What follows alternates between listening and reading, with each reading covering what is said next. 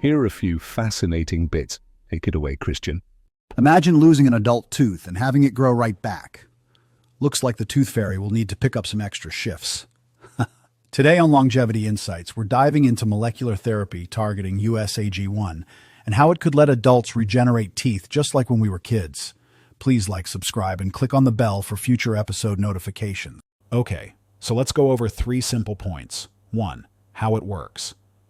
The therapy blocks a protein called USAG-1 that usually stops new teeth from forming. Removing that break lets hidden tooth buds spring into action. 2. Proof in mice.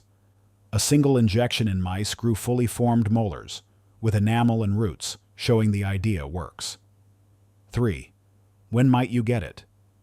Safety trials began in mid-2024, efficacy studies start in 2025, and researchers aim to make the treatment available by 2030. This USAG-1 antibody could replace dentures and implants with living, natural teeth, transforming dental care for adults.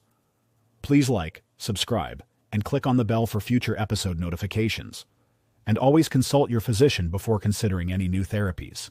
The information provided in this video is a compilation of various sources and has been condensed for ease of understanding.